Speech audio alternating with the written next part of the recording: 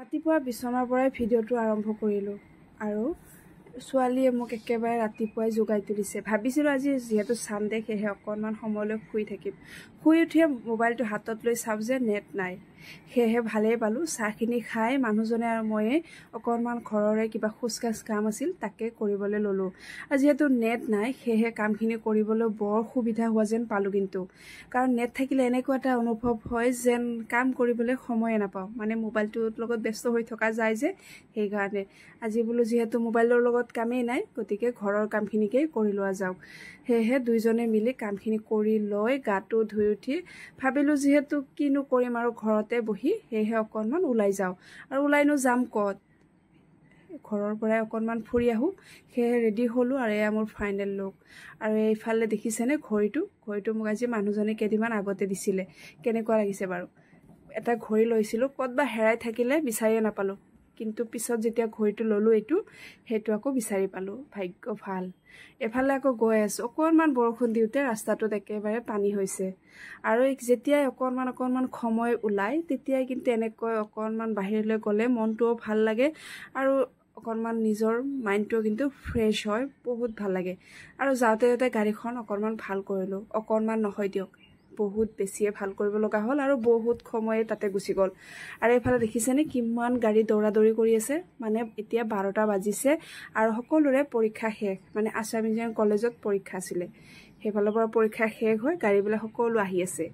আৰু এইফালে মানুহবিলাকে পৰীক্ষা দি ঘৰলৈ উভতি আছে আৰু মই এইফালে ঘূৰা-ফুৰা কৰাত ব্যস্ত হৈ আছোঁ। মানে মোৰ এইবিলাকত কাণ খাৰেই নাই। পৰীক্ষা দিব লাগিব বা কিবা এটা চাকৰি ল'ব লাগিব, এইবিলাকত মোৰ কোনো ধ্যানেই নোহোৱা হৈছে। কিয় জানো ইমান কেয়াৰলেছ হৈ গৈছোঁ। আৰু এই যিয়ে নহওক এইফালে ঘৰত আহি পালোঁ, মিঠাই নিজে আনিছোঁ আৰু নিজে খাইছোঁ কাৰণ মাক খাবলৈ দিলে। এইফালে এজন দাদাই পৰীক্ষা দি আহিছে, আহি প্ৰশ্নখন বোলো অকণমান চাওঁচোন কি আহিছে। মোৰতো একো মাথাতে নোসোমালে, একেবাৰে চাই লগে লগে তাক ঘূৰাই দিলোঁ। আৰু এইফালে আকৌ ঘৰত আহি মা কৈ আছে যে তুমি অকণমান পিঠা বনোৱা। সেয়েহে মই কেইটামান পিঠা বনাবলৈ ল'লোঁ, যিহেতু বহুত দিনৰ পৰা বোলে খাবলৈ ইচ্ছা কৰি আছিলে। সেয়েহে আৰু এই পিঠাটো বনাবলৈ জানো কাৰণে মোক হাতত তুলি বনাবলৈ দিছে। এইফালে আকৌ মনুৱে গোটেইখিনি বস্তু যাম বুলি কোৱাই ৰেডি কৰি ৰাখিছে। ভাত পানী বনাই নিৰামিষকৈ হ'লেও বহুত ধুনীয়াকৈ খোৱালে তাইলৈ বহুত ধন্যবাদ। আৰু সকলোৱে মিলি দুপৰীয়াৰ সাজটো এনেকৈ খাই ল'লোঁ, ভাল লাগিলে। আৰু এয়া দেখিছেনে হাঁহ কেইজনী আজি কেইদিনমান আগতে আব্বাই ৰাখিছিলে আৰু বহুত সৰু আছিলে তেতিয়া। এতিয়া তাহাঁতক খুৱাই ইমান ডাঙৰ হৈছে, দেখিছেনে কিমান ডাঙৰ হৈছে আৰু দেখিবলৈ কিন্তু ভাল লগা হৈছে। আৰু এইফালে পিঠাখিনি যে মই ৰেডি কৰি ৰাখিছিলোঁ সেইখিনি ভাত পানী খাই উঠি বনাবলৈ ল'লোঁ। কিমান ধুনীয়াকৈ ফুলি উঠিছে দেখিছে। আৰু এইফালে আন্ধাৰো নামি আহিলে, গধূলি হ'বৰে হ'ল। আৰু সেয়েহে বোলো গধূলিটো যিহেতু হ'লেই তে চাহো খাবলৈ ল'লোঁ। সেয়েহে মা মাতি কেনে চাহ খাবলৈ দিলে। এইফালে আকৌ মানুহজনক চাহৰ লগত পিঠা খাবলৈ যাচি আছোঁ, তেওঁ নাখাওঁ বুলি কোৱাই মই আকৌ জোৰ জবস্তি তেওঁক খুৱাই ল'লোঁ। এওঁ আকৌ বজাৰলৈ গৈ কেইটামান পকৰি লৈ আহিলে। আজি যিহেতু ঘৰতে আছোঁ, মানে ঘৰত গৈছোঁ, সেয়েহে স্পেচিয়েল নহ'বনে আৰু, সেয়েহে চিকেন আনিব দিলে।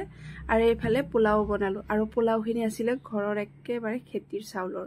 সেয়েহে ইমান ধুনীয়া যেন মানে আমোলমোল গোন্ধ ওলাইছে ন, কি ক'ব আৰু।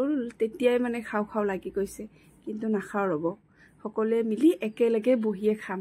এইফালে গোটেইখিনি বনাই ৰেডি কৰি মা সকলোকে বাৰী দিলে। আব্বাও দোকান বন্ধ কৰি আহিলে, সেয়েহে এতিয়া আমি সকলোৱে বহি একেলগে খাম। পোলাওৰ যি ধুনীয়া এটা মানে গোন্ধ মানে ওলাইছে ন, মানে এনেকুৱা লাগিছে মানে খাওঁ লাগিছে। কিমান যে আজি খাই পেলাম কোনো ঠিকেই নাই। যিয়ে নহওক খাই উঠিলোঁ, উঠি তামোলখন খালোঁ।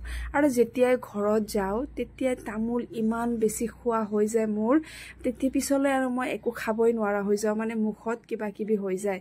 আৰু আজি ইমান বেছি পোলাও খাই পেলালোঁ, একেবাৰে মানুহ দুজনী লৰিবই নোৱাৰা হ'লোঁ। আৰু যিয়ে নহওক ভিডিঅ'টো চাই কেনেকুৱা পালে, আজিৰ দিনটো আপোনালোকৰ লগত শ্বেয়াৰ কৰিলোঁ।